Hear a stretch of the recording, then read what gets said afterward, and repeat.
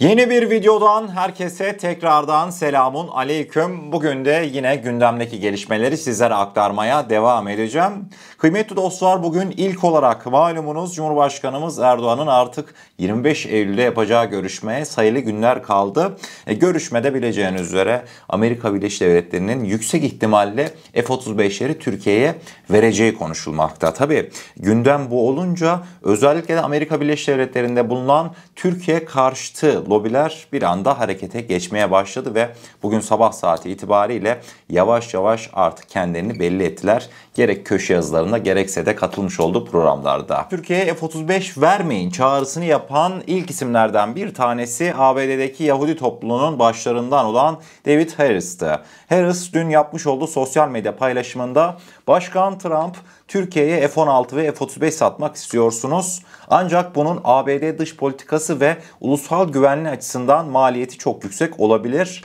Bu savaş uçakları Neo-Osmanlıcı hedeflerini ilerletmek ve Kıbrıs, Yunanistan ve İsrail dahil olmak üzere önemli müttefikleri tehdit etmek için kullanılacak. Sayın Başkan yapmayın diye David Harris bu şekilde bir tweet atmıştı. Şimdi David Harris demiş işte Türkiye'ye satılması muhtemel F-16, F-35 savaş uçakları işte Yunanistan, Rum kesimi ve İsrail'e karşı kullanılacak.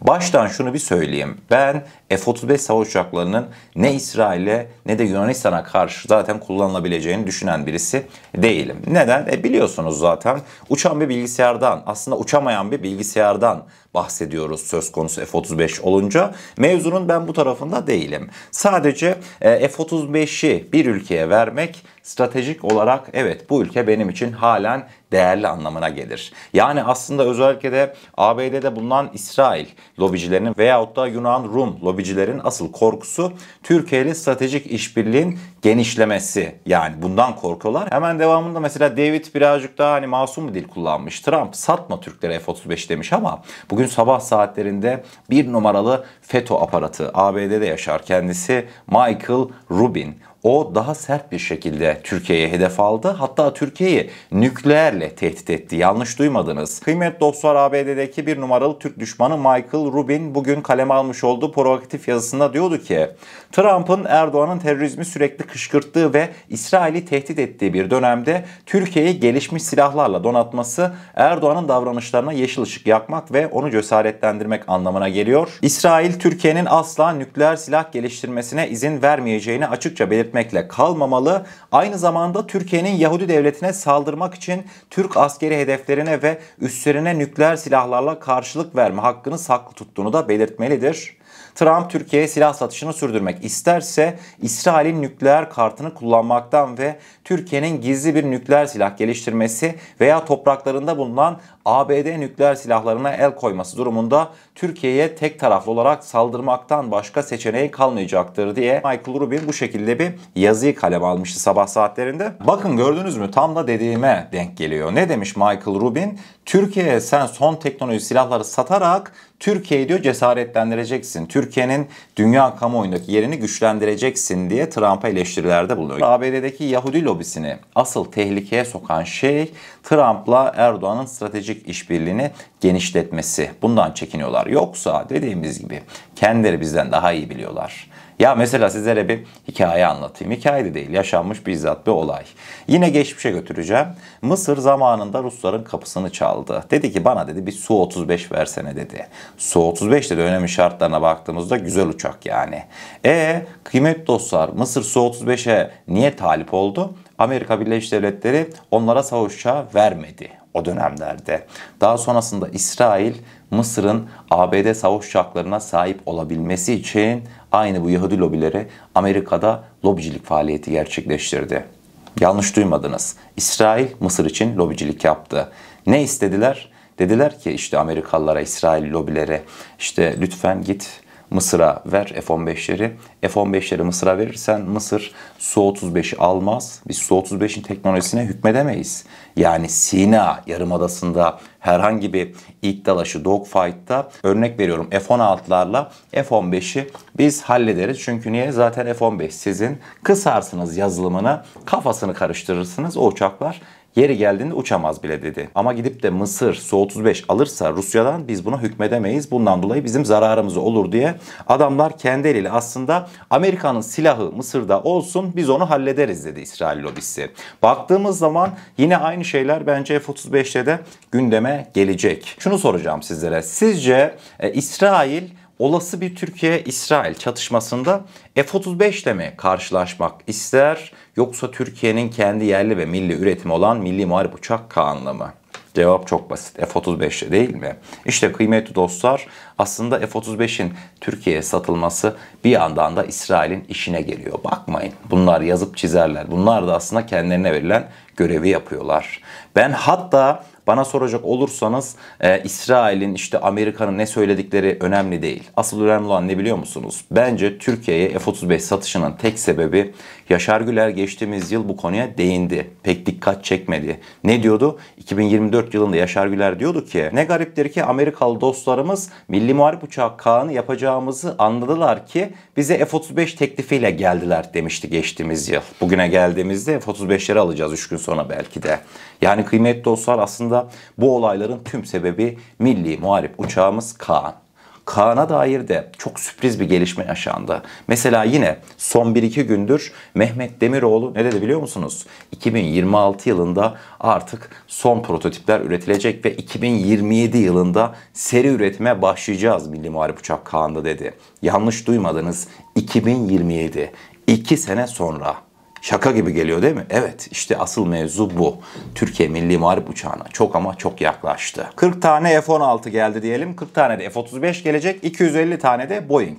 Bunlar görüşülecek 25'inde. Şimdi özellikle de dedim ya 2027 yılında Kaan seri üretime girecek açıklaması geldi Mehmet Demiroğlu'ndan diye. Kıymetli dostlar, Milli Muharip Uçağı Kaan'ın ilk versiyonlarında bileceğiniz üzere Amerikan yapımı F-110 motorları kullanılacak. İşte bu görüşmede biz nasıl asıl karlı çıkarız biliyor musunuz? Evet, F-16'ları, F-35'leri bir şekilde alırız. Çünkü niye? 1,4 milyar dolarlık bir paramız var zaten F-35 projesinden kalan. Onlar bir şekilde değerlendirilecek.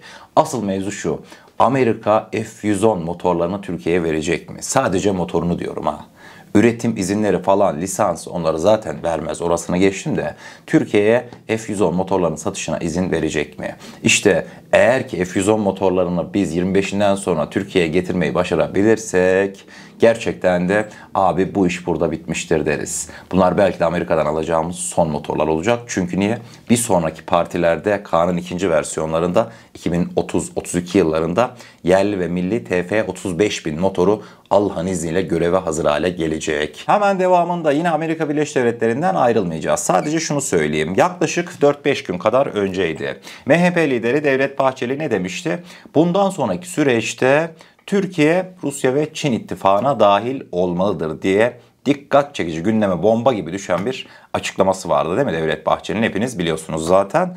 Kıymetli dostlar, bugün sabah saatlerinde New York'ta Cumhurbaşkanımız Erdoğan'a Türk gazeteciler tam da bu konuyu sordu. Devlet Bahçeli'nin bu açıklamaları hakkında ne düşünüyorsunuz dedi. İsterseniz o anları bir izleyelim. Peki Bahçeli'nin çağrısı hakkında ne düşünüyorsunuz TRC ile ilgili?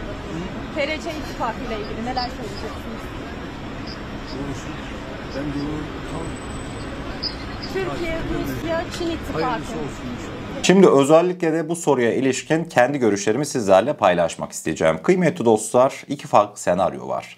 Ya Türk muhabirlere bu soru gerçekten sorulsun istenildi. Yani bu soru bilinçli soruldu. Anladınız mı? Niye? Yakın bir zamanda zaten Trump'la görüşme var. Hemen Trump'a bir hatırlatma yapılmış oldu. Hani eğer ki bizim istediğimiz gibi bir şeyler çıkmazsa, istediğimizi alamazsak biz bak işte Rusya-Çin eksenine hemen kayabiliriz. Şangay yolu gözükür denilmek istendi. Ya da ikinci ihtimal, bunu düşünmek bile istemiyorum, aşırı bir amatörlük var soruda. Onu belirteyim. Soruyu soran kim? Net göremedim. Bir şey diyemeyeceğim. Hangi basın mensubu sordu. Ama yani kime sorarsanız sorun. Dışarıdan normal, yani halkın birisine, normal vatandaşa sorsanız der ki Amerika'da Trump varken Amerika'ya giden Cumhurbaşkanı Erdoğan'a Rusya ve Çin'le ittifak yapacak mısınız? Artık Amerika'dan kopacak mısınız diye bir soru yöneltilir mi diye. Yani bir sorsanız der ki abi Amerika'da Trump varken, Amerika'dayken bir de böyle bir soru sorulur mu hiç? Yani Cumhurbaşkanımız Erdoğan'dan nasıl bir cevap bekliyorlardı?